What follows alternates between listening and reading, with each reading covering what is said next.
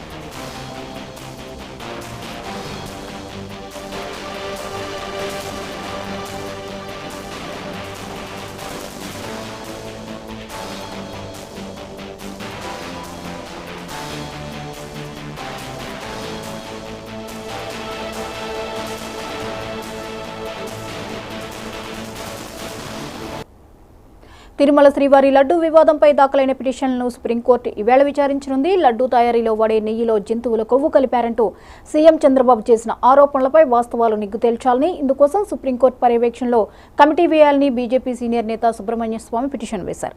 ఈ అంశంపై మరిన్ని అప్డేట్స్ ని మా ప్రతినిధి మున్రాజ్ అందిస్తారు.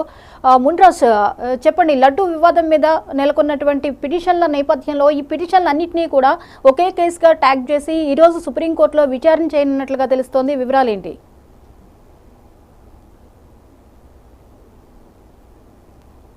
శ్రీవారి లడ్డు ప్రసాదంలో కల్తీ నెయ్యి వివాదం పై దాఖలైన అన్ని పిటిషన్ల పైన విచారణ కాబోతుంది. ముఖ్యంగా దీనిపైన సుబ్రహ్మణ్య స్వామితో సహా బీజేపీకి చెందిన ఇతర లీడర్లంతా కూడా కల్తీ వివాదంపై నిష్పక్షమైనటువంటి దర్యాప్తు జరిపి ఎవరైతే నిందితులు పాల్పడ్డారో ఈ ఘటనకు పాల్పడిన వారిపైన చర్యలు తీసుకోవాలని చెప్పి ఇప్పటికే దాఖలయ్యాయి. అయితే స్వామివారి భక్తుల మనోభావాలు దెబ్బతీసేలాగా దీన్ని కేవలం రాజకీయం కోసం వినియోగించుకునేందుకు కొందరు కుట్ర పంతున్నారంటూ కూడా మాజీ టీటీడీ చైర్మన్ వైవి సుబ్బారెడ్డితో పాటు మరికొందరు పిటిషన్ దాఖలు చేశారు. దీని ఎటువంటి ఈ విచారణ చేయాల్సిన అవసరం లేదు. విచారణ చేస్తే ఈ భక్తుల మనోభావాలు దెబ్బతినేలాగా చేసినటువంటి వ్యక్తులపై చర్యలు తీసుకోవాలంటూ కూడా ఒకవైపు పిటిషన్ దాఖలైన సందర్భంలో అన్ని పిటిషన్లు కలిపి ఈ రోజు ఆ విచారణ జరపాలా లేదా, జరిపితే ఏ అంశాలపైన జరపాలనే దానిపైన సుప్రీంకోర్టు ఒక క్లారిటీ ఇచ్చే అవకాశాలు స్పష్టంగా కనిపిస్తున్నాయి. అయితే రాష్ట్ర ప్రభుత్వం ఇప్పటికే ఈ కల్తీని వివాదానికి సంబంధించి సిట్ దర్యాప్తును సిట్ ఏర్పాటు చేసింది. ఈ సిట్ కూడా గత 2 రోజులుగా తిరుమల తిరుపతిలో పర్యటిస్తూ ఈ కల్తీకి కారకులు ఎవరనే దానిపైన పూర్తి స్థాయిలో దర్యాప్తు నిమగ్నమైన నేపథ్యంలో సుప్రీంకోర్టు ఈ సిట్ దర్యాప్తును కొనసాగిస్తుందా లేక సిబిఐ ఎంక్వైరీకి అడుగుతున్నారు.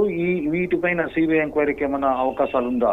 అయితే భక్తుల మనోభావాలు దెబ్బతినేలాగా, అంటే ముఖ్యమంత్రి స్థాయి వ్యక్తే తిరుమల శ్రీ ప్రసాదాలలో కల్తీ నెయ్యి వాడారు. దీనికి పర్టికులర్ గా జంతు కొవ్వు అంటే ఎద్దు కొవ్వు, పంది కొవ్వు, చేపల నూనె, మైదా పిండి కల్తీ చేశారనేసి చెప్పి ప్రధానంగా ఆరోపణ చేశారు. ఇది లక్షలాది భక్తుల మనోభావాలను దెబ్బతీసిందంటూ కూడా కొంతమంది అభ్యంతరం వ్యక్తం చేస్తూ సుప్రీంకోర్టును ఆశ్రయించిన పరిస్థితి ఉంది.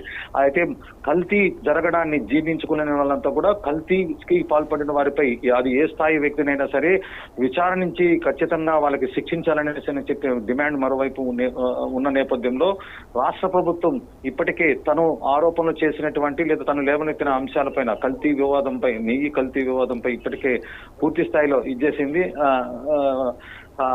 సిట్ దర్యాప్తు కొనసాగుతున్న నేపథ్యంలో సుప్రీంకోర్టు విచారణ ఇటు రాష్ట్ర ప్రభుత్వానికి అలాగే ప్రతిపక్ష పార్టీలకు సంబంధించి వైఎస్ఆర్ కాంగ్రెస్ పార్టీకి సంబంధించి వైవి సుబ్బారెడ్డి చేసిన పిటిషన్ పైన కూడా నిర్ణయం సుప్రీంకోర్టు స్పష్టంగా ప్రకటించే అవకాశాలు ఉన్నాయని చెప్పి ఎదురు చూస్తున్నారు. జ్యోతి, right, thank you Munraj. Kadapa జిల్లా